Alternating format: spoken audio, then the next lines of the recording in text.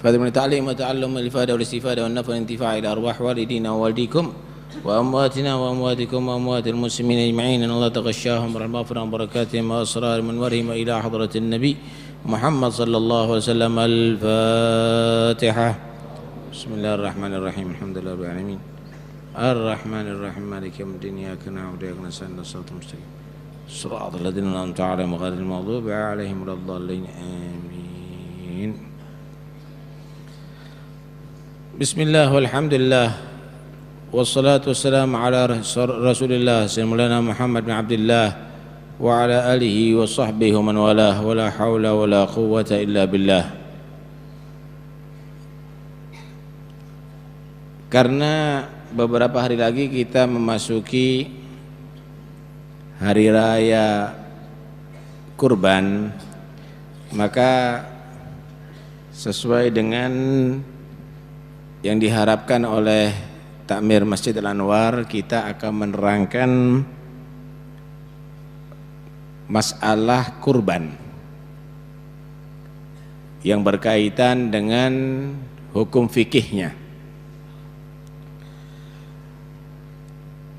Udhiyah atau kurban adalah artinya menyembelih hewan kurban, menyembelih hewan kurban di hari raya kurban Idul Adha tanggal 10 bulan Dzulhijjah dan hari-hari tasyrik tanggal 11, 12, 13 bulan Dzulhijjah, dengan tujuan mendekatkan diri kepada Allah Subhanahu wa taala. Kita harus paham di sini bahwa udhiyah itu adalah cara mendekatkan diri dengan memotong hewan di waktu yang sudah ditentukan, itu tanggal 10, 11, 12, 13 bulan Dzulhijjah. Nanti akan diterangkan. Karena itu kalau dirobah dengan duit bukan dengan hewan kurban, tidak dinamakan kurban atau udhiyah. Paham ya? Jadi nggak bisa, gimana sekarang nggak jadi kurban diganti duit aja, ya bukan kurban namanya, ya duit sedekah. Kurban ya ada hewannya yang harus dikurbankan. Loh, kita umat Islam itu lebih membutuhkan duit sekarang, ya jangan dirubah cara ibadahnya. Zamannya Nabi juga saat-saat manusia banyak membutuhkan duit, nggak nggak dirubah cara udhiyahnya dengan membagi duit. Bagi duit sendiri, kurban sendiri. Yang mau bagi duit ya bagi duit, yang mau kurban ya kurban. Karena itu nggak usah diganti-ganti. Gimana beras diganti duit? Nggak bisa. Kalau zakat fitrah, loh ini madhabnya Imam Abu Hanifah. Madhabnya Imam Abu Hanifah itu ukurannya bukan dengan beras tapi gandum. Berapa harganya gandum? Tambah mahal. Karena itu jangan berfatwa tanpa dasar, sehingga ibadah itu benar-benar sah sesuai dengan ajaran syariah.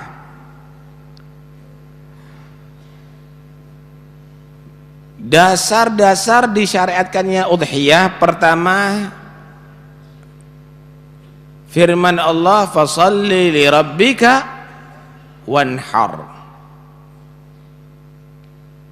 Pendapat yang paling kuat wanhar yaitu menyembelih hewan ternak atau hewan kurban. Wa fasalli, maka sholatlah kamu. Sholat Id, sholat Idul Adha, wanhar, dan potonglah sembelihan kurban kamu. Itu tafsir yang paling banyak dan paling kuat. Karena itu ulama berkata paling afdolnya sholat id adalah sholat idul adha, karena disebutkan dalam Al-Quran fasholli li rabbika wanhar. Tapi kalau takbir paling afdolnya adalah takbir malam hari raya Idul Fitri, karena disebutkan dalam Al-Quran walitukabbirullah ala ma hadakum. Takbirnya yang disebut adalah malam hari raya Idul Fitri. Kalau Idul Adha yang disebut solatnya. Baik.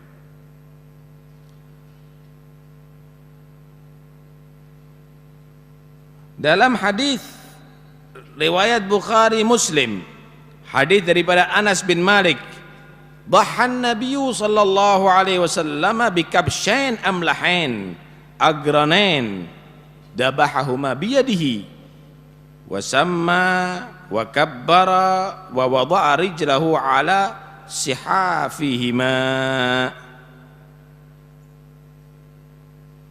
Nabi sallallahu alaihi wasallam berkurban dengan 2 ekor kambing gibas. Karena itu lebih afdolnya berkurban antara kambing gibas dan lainnya, afdal gibas. Domba, kabas.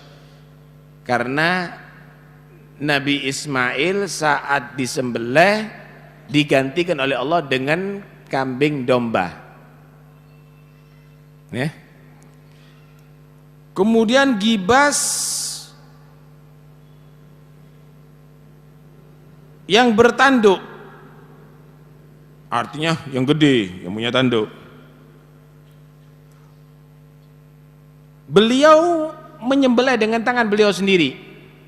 Karena itu afdolnya berkurban itu kalau memang mampu ya disembelih sendiri. Tapi kalau nggak mampu jangan macam-macam, nanti akhirnya jadi bangkai nantinya. Beliau membaca Bismillahirrahmanirrahim dan bertakbir Allahu Akbar. Karena itu ojo rokokan, beli kambing ambil rokokan. Bismillahirrahmanirrahim Allahu Akbar. Itu udah dipotong rokokan. Nah, beliau dalam keadaan berdiri memotongnya dan menaruh kaki beliau satu di atas leher daripada si kambing tadi itu. Jadi bukan diinjak maksudnya, ditaruh supaya anteng gitu. Pemotongannya supaya betul-betul sempurna, begitu maksudnya.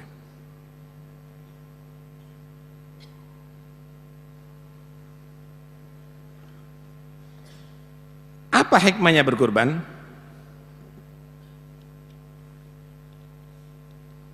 Hikmahnya berkurban itu apa?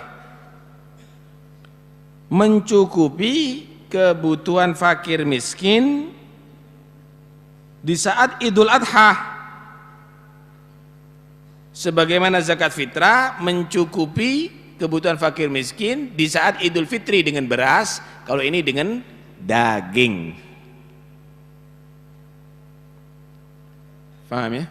Jadi biarlah merayakan hari raya tadi itu dengan daging, dengan sate, dengan gulai yang biasanya istiqamah tempe, istiqamah tahu dan terong, maka di saat itu dia merayakan hari raya dengan makan daging.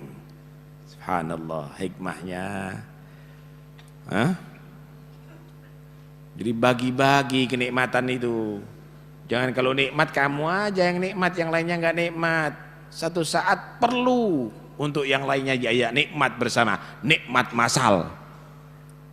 Loh, kalau kita kan enggak melarat masal. Kenapa? Yang jadi pejabat korupsi semuanya. Repot. Yang jadi hakim korupsi ketuanya. Ya udah masalah mah dah kalau begitu. Tapi lihat bagaimana Islam. Diajak nikmat bersama. Bukan menikmati pribadi, membiarkan yang lainnya dalam kesengsaraan. Nah, hal yang demikian nggak usah diangkat jadi pejabat. Karena mereka itu adalah penjahat.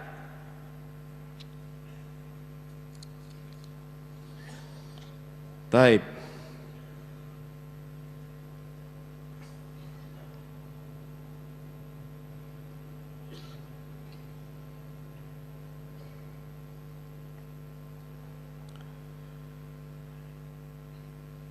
Berkurban hukumnya bisa disebut sunnah kifayah, bisa dikatakan sunnah ain muakkadah, bisa disebut wajib.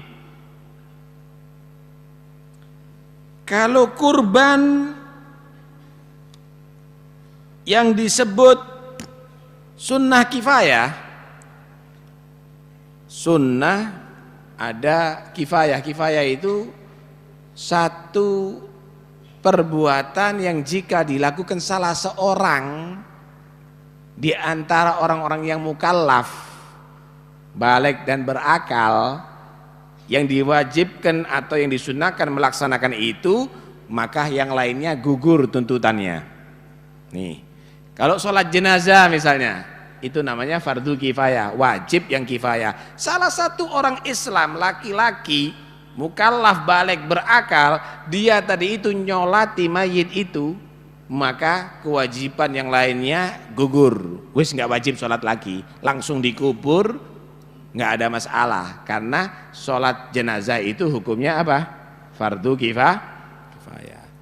Ada 10 orang berjalan, salah satu di antara mereka ngasih salam, assalamualaikum. Yang lainnya udah nggak sunnah ngasih salam, nggak sunnah ngasih salam. Kenapa?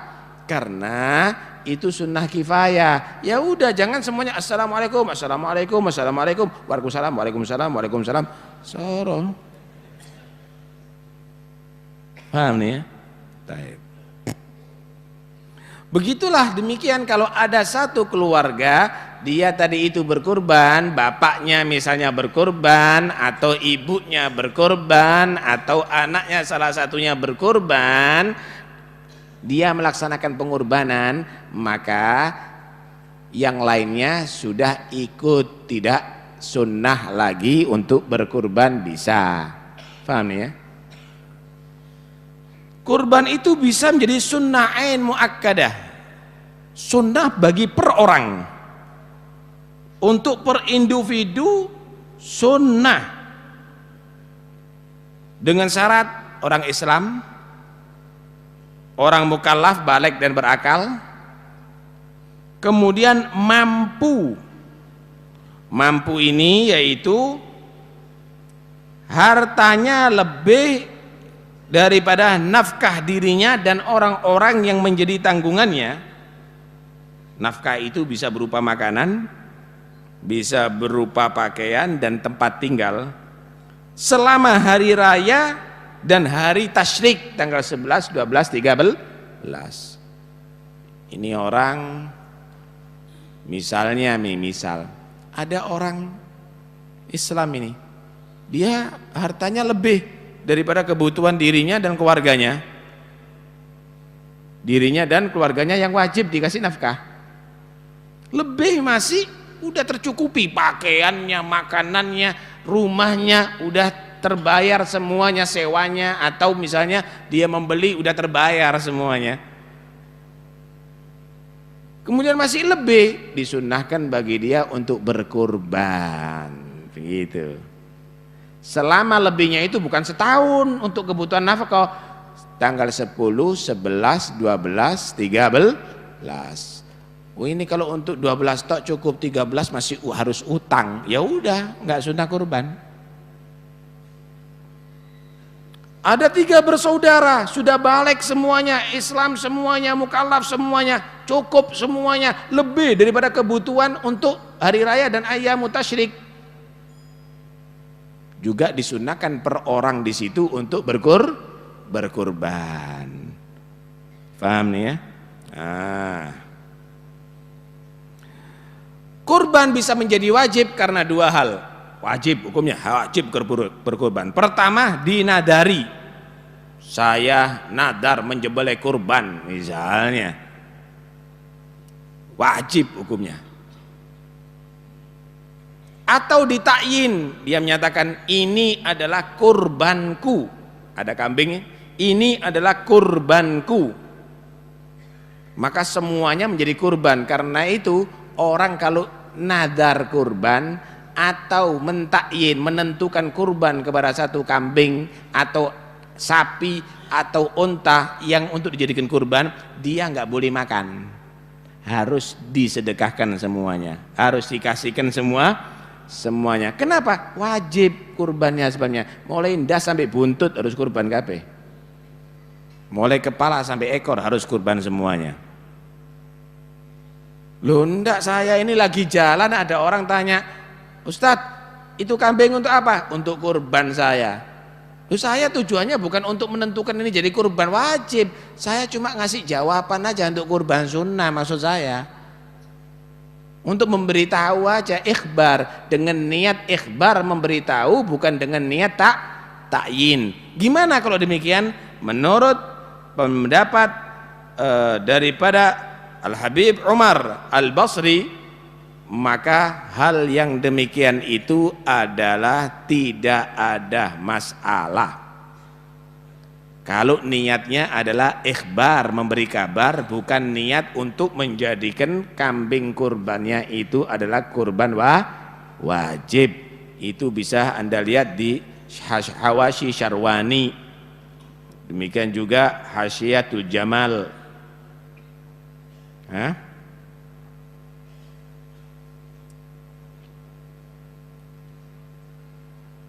Jadi untuk yang wajib ini tidak boleh dimakan oleh dia, harus disediakan semuanya. Untuk yang lainnya, kalau kurban tadi itu kurban sunnah, yang wajib disedekahkan sebagian, walaupun sedikit. 1 kilo tok, 1 kilo disedekahkan, yang lainnya dimakan semuanya. Madhabi macan, ya tidak apa-apa. Yang penting ada yang disedekahkan. Afdolnya ambil sedikit untuk ambil berkah, yang lainnya ya udah kasihkan, disedekahkan. Normalnya dibagi 3, 1/3 dimakan dia sama keluarga, 1/3 untuk sedekah, 1/3 mungkin dikasihkan family sekalipun kaya, atau tetangga sekalipun kaya, begitu.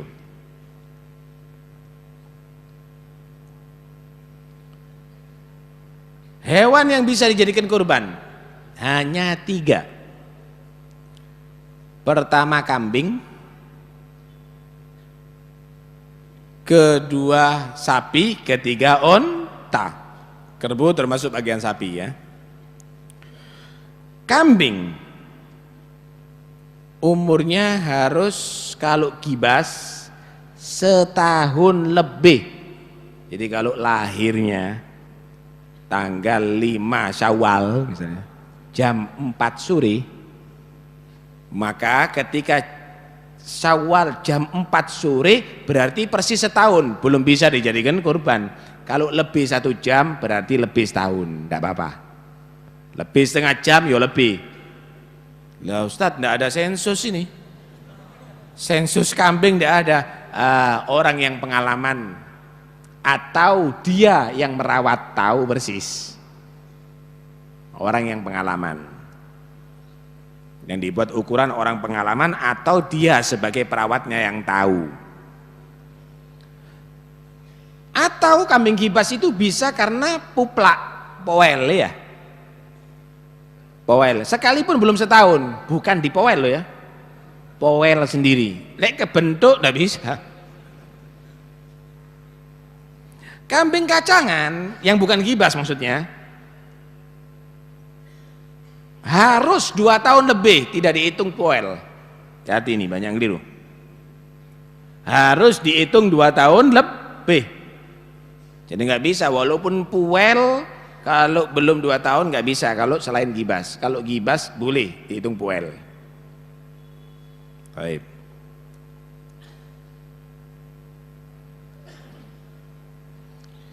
Untuk sapi umurnya 2 tahun lebih,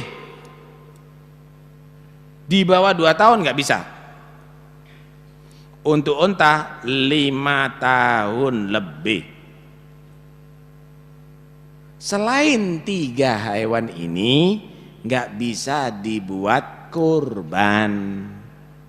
Kijang nggak bisa, kuda nggak bisa, ayam nggak bisa. Tetapi madhab Ibn Abbas, ada riwayat dari Ibn Abbas, yang penting ada tumpah darah, artinya ada yang disembelih, ada tetesan darah, nggak ada masalah. Karena itu bagi yang nggak mampu membeli kambing, beli ayam diniatkan kurban, ngikuti pendapat Ibn Abbas. Tapi yang nggak mampu, yang mampu ojo tuku betik medit, beli kambing yang gemuk. Baik, saya teruskan. 1 ekor kambing untuk 1 orang. 1 ekor kambing untuk satu orang. Gimana kalau urunan 2 orang atau 3 orang atau sak kelas untuk membeli seekor kambing buat kurban? Bukan kurban, namanya sedekah. Sedekah 1 kambing untuk satu orang. Sapi dan onta, 1 sapi atau 1 onta untuk 7 orang. 7 orang, bukan orang dewasa, maksudnya orang yang hidup walaupun bayi. Ada 1 keluarga misalnya, dia, istrinya, bapaknya, emaknya, kemudian ditambahi anak-anaknya 3, walaupun bayi-bayi semuanya, dia beli seekor sapi untuk mereka semuanya, bisa. 1 sapi untuk 7 orang. Atau 7 orang urunan, naruh duit semuanya, harganya sapi misalnya 7 juta urunan, kemudian beli sapi, bisa. 1 sapi dinaikkan 7 orang. Begitu juga 1 onta. Mana yang lebih afdal? 1 sapi untuk 7 orang atau per orang 7 beli 1 kambing untuk per orang? Yang paling afdal 1 orang 1 kambing. Lebih afdalnya lagi 1 orang 1 sapi.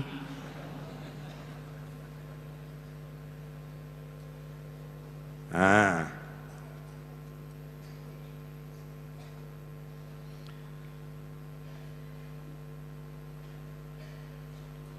hewan kurban harus terbebas daripada aib. Aib ini yang bisa mengurangi kuantitas daging, seperti misalnya yang sedang sakit, hewannya lagi sakit, atau telinganya teriris, putung. Kalau enggak lepas, masih kiwil-kiwil, berarti masih dagingnya masih enggak kurang. Ini teriris, buntutnya teriris misalnya, atau pincang yang jelas, ketabrak akhirnya pincang. Pincangnya jelas, bukan pincang karena keselio, pincang asli misalnya, atau pincang karena memang terpotong kakinya atau pendek 1 kakinya, atau kambing, sapi, atau onta yang gila. Ternyata ada yang gila loh, nggak ngenteni menungso, stres itu. Atau yang kematus, sangat kurus di kurban, belungan kabeh.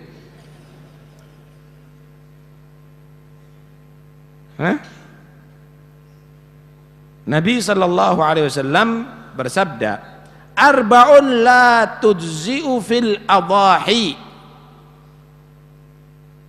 Ada 4 kriteria kurban yang tidak sah, Al-aura'ul bayyin. Al-aura'ul al-bayyinu auruha, yang jelas buta. Buta, bukan sakit mata. Salah satunya atau dua-duanya.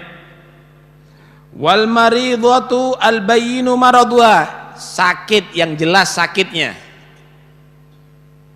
Sakit agak parah. Wal arja'ul bayyinu arjuha, pincang yang jelas pincangnya. Wal ajfa'ul lati la tunqi, atau yang kurus hingga tidak bersumsum.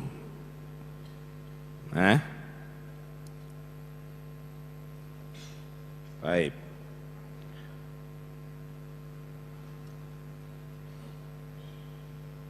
Waktu penyembelihan dibolehkan untuk menyembelih hewan ketika tanggal 10 bulan Dzulhijjah matahari udah terbit setinggi 1 tombak, ditambahi waktu untuk sholat id dan khutbah 2 hari raya. Kira-kira khutbah 2 hari raya dan sholat id perlu berapa waktu? Anggap 20 menit sampai 25 menit. Terbit matahari tanggal 10 Dzulhijjah ditambah 16 menit, itu 1 tombak, ditambahi lagi 20 menit atau 25 menit, itu boleh dipotong. Loh, ini belum selesai khutbahnya, nggak ada masalah, boleh. Cuma afdolnya dipotong setelah pelaksanaan ibadah sholat dan khutbah selesai, gitu. Sampai kapan? Sampai tanggal 13 Dzulhijjah, terbenamnya matahari maghrib. Jadi kalau hari rayanya Selasa insya Allah, berarti Rebu tanggal berapa? 11. Kemis tanggal berapa? 12. Kemudian Jumat tanggal berapa? 13. Maghrib malam Jumat, ya wes nggak sah berarti. Tidak sah berarti.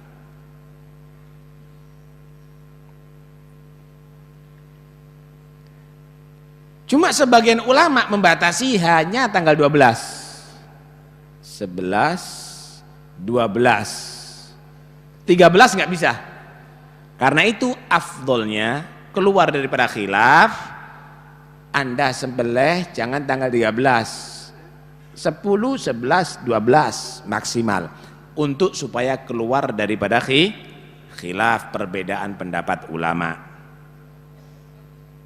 Dalam hadis Nabi SAW bersabda, wa kullu ayyami tasyrik dzabhun, semua hari-hari tasyrik 11, 12, 13 itu adalah dzabhun, diperkenankan, dibolehkan untuk memotong hewan ternak atau berkurban.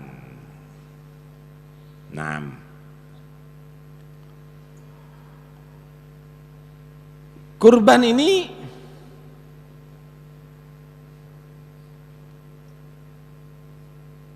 harus diniatkan. Kurban ini harus diniatkan, wajib diniatkan.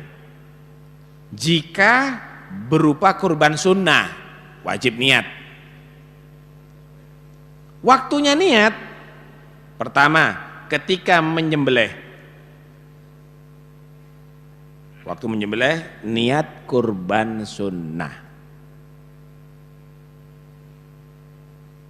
Kalau dibahasakan, dilafatkan, nawaitu at-tadhiyata bihadihi lillahi ta'ala. Nawaitu at-tadhiyata bihadihi lillahi ta'ala. Saya niat berkurban dengan ini hewan lillahi ta'ala. Tapi niat itu sebetulnya dalam hati, Melafatkannya itu adalah untuk memantapkan isi hati. Baik. Bagaimana mewakilkan niat dan penyembelihan kepada orang yang lain? Boleh juga. Boleh mewakilkan niat dan penyembelihan kepada orang muslim. Tapi syaratnya harus mumayyiz. Contoh, Pak, tolong ini Ustaz, Yai, ini kurban saya pasrahkan kepada Anda untuk meniatkan sekaligus untuk menyembelihkan dan membagi. Ketika penyembelihan dia tadi itu meniatkan ketika dia menyembelih untuk si fulan. Nawaitu tadhiyata bihadhihi li fulan lillahi ta'ala, gitu. Karena itu maaf, kalau kamu jadi panitia zakat jangan asal terima, mari potong. Loh, bisa nggak sah lo nanti. Karena itu harus tahu ini siapa ini yang mewakilkan namanya ini. Ketika motong diniati, gitu. Jangan asal potong begitu, diajari. Yang mau motong diajari untuk niat. Paham ya ini? Baik.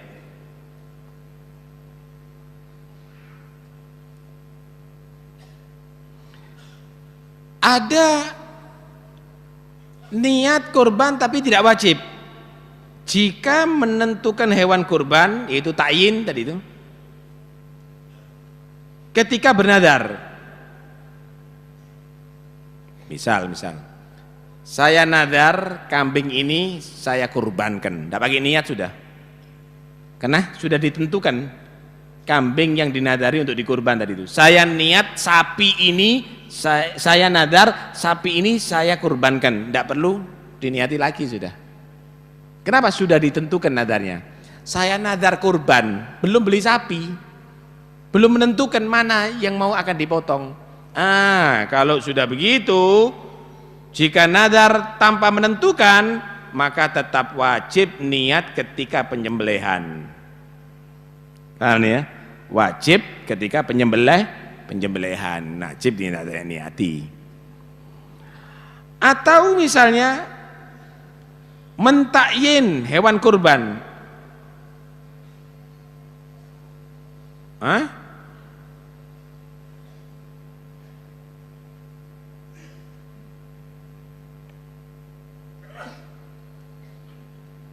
Mentakyin hewan kurban.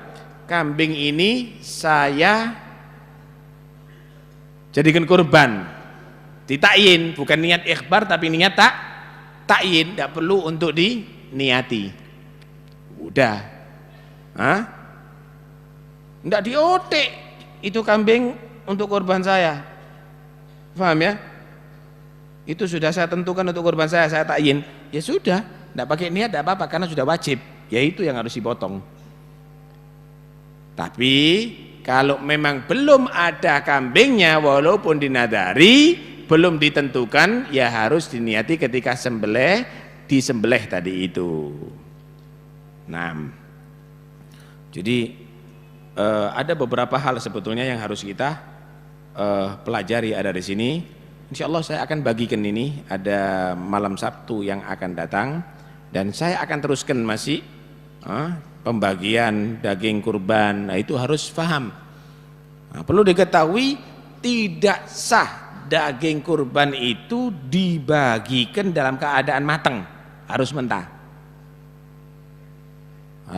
mentah. Lain kalau akikah, sunnahnya afdolnya dibagikan dalam keadaan matang.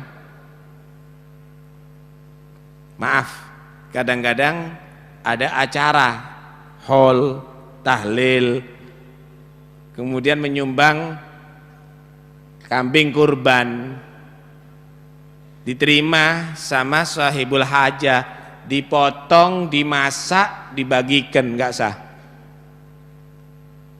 Terus gimana sahnya?